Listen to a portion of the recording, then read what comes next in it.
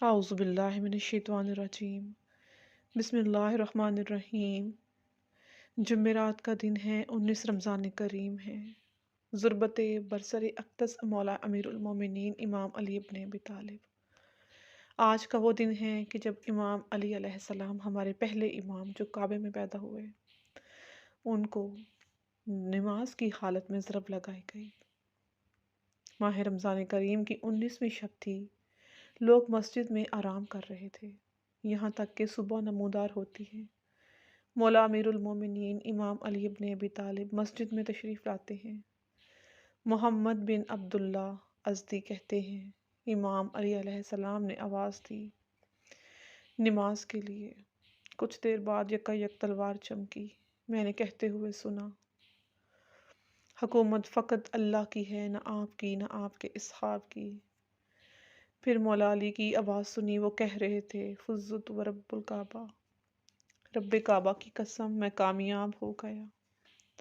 پھر آواز دی کہ یہ مرد بھاگنے نہ پائے جس نے آپ کو ضرب لگائی۔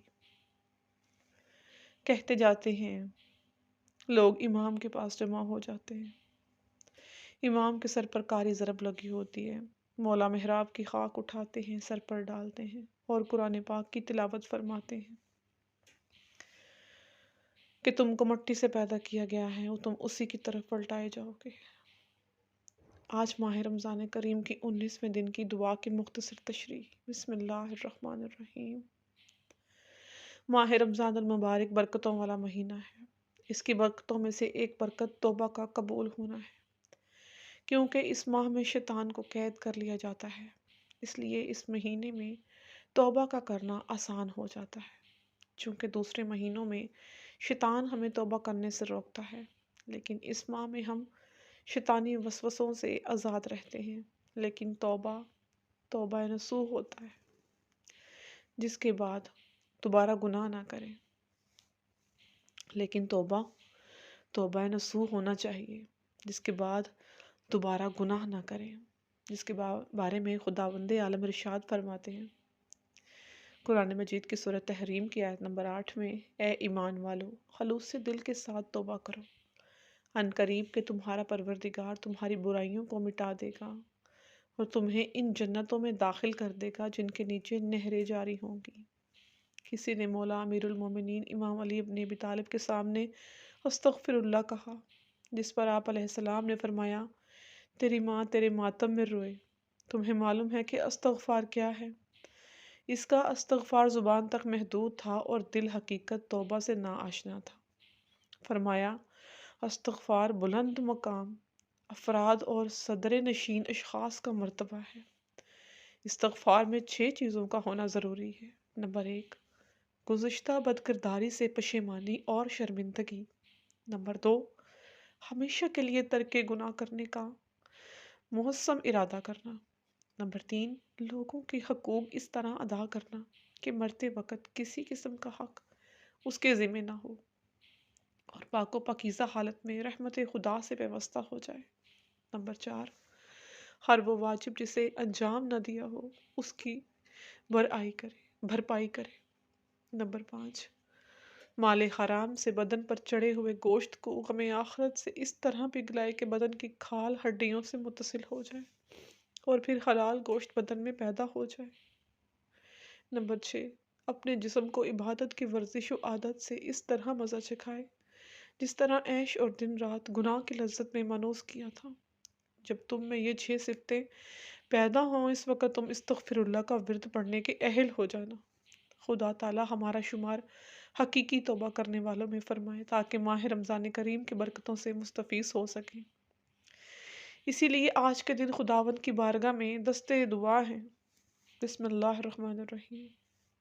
خدایا آج کے دن میرے لیے اس کی برکات زیادہ کر۔ جب بھی انسان نیک کام کرتا ہے، چاہتا ہے شیطان اس کو نیک کام کرنے سے روکتا ہے، اس لیے انسان کو چاہیے کہ نیک کام کرنے کی خداوند متعال سے مدد مانگے تاکہ جو نیک کام کرنے کا ارادہ کیا ہے اسے انجام دے سکے، کیونکہ اگر خدا اس کی مدد نہیں کرے گا تو وہ کبھی بھی اس کام کو انجام نہیں دے سکتا، جیسا کہ خود خداوند عالم ارشاد فرما رہا ہے۔ سورہ آل عمران آیت نمبر 51۔ اللہ تعالیٰ تمہاری مدد کرے گا تو کوئی تم پر غالب نہیں آ سکتا، اور وہ تمہیں چھوڑ دے گا تو اس کے بعد کون ہے جو تمہاری مدد کرے؟ اور صاحبان ایمان تو اللہ ہی پر بھروسہ کیا کرتے ہیں۔ آج کے دن خداوند عالم سے نیک کاموں کو انجام دینے کے لیے دعا مانگتے ہیں اس طرح: اور میرے لیے راہ آسان کر اس کی نیکیوں کی طرف۔ ہم کو چاہیے کہ اس ماہ اور اس کی برکت والی گھڑیوں کی قدر جانیں اور اس سے خوب فائدہ اٹھائیں، اس لیے نہیں معلوم کہ اگلے سال یہ موقع آئے اور یہ ببرکت مہینہ ہمیں نصیب ہو یا نہ ہو، جس کے بارے میں امام جعفر صادق علیہ السلام ارشاد فرما رہے ہیں۔ خداوند متعال فرماتا ہے: اے میرے سچے بندو، دنیا میں میری عبادت کی نعمت سے فائدہ اٹھاؤ تاکہ اس کے سبب آخرت کی نعمتوں کو پا سکو۔ یعنی اگر آخرت کی بے بہا نعمتوں کو حاصل کرنا چاہتے ہو تو پھر دنیا میں میری نعمتوں کو پہچانو، اس لیے کہ اگر تم دنیا میں میری نعمتوں کی قدر نہیں کرو گے تو میں تمہیں آخرت کی نعمتوں سے محروم کر دوں گا، اور اگر تم نے دنیا میں میری نعمتوں کی قدر کی تو پھر روز قیامت میں تمہارے لیے اپنی نعمتوں کی بارش کر دوں گا۔ سبحان اللہ۔ اسی لیے خداوند متعال سے دعا ہے: اور مجھ کو محروم نہ کر خدایا اس کی نیکیوں کے قبول کرنے سے۔ اے دین حق کی جانب رہنمائی کرنے والے، اے دین حق کی جانب رہنمائی کرنے والے، تو میری رہنمائی فرما۔ جمعرات کے دن کی دعا۔ بسم اللہ الرحمن الرحیم۔ خدا کے نام سے شروع جو بڑا مہربان اور نہایت کرم کرنے والا، رحم والا۔ حمد اس خدا کے لیے جس نے اپنی قدرت سے تاریک رات کو ختم کیا اور روشن دن کو اپنی رحمت سے وجود بخشا، اور مجھ پر بھی روشنی بکھیری اور میں اس کی نعمت سے مستفید ہوتا ہوں۔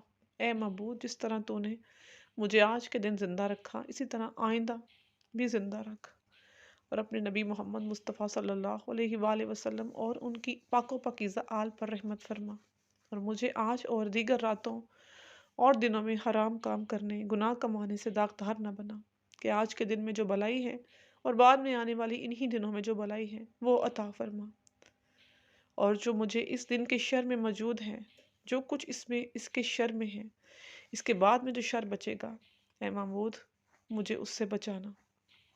میں پناہ مانگتا ہوں شیطان سے،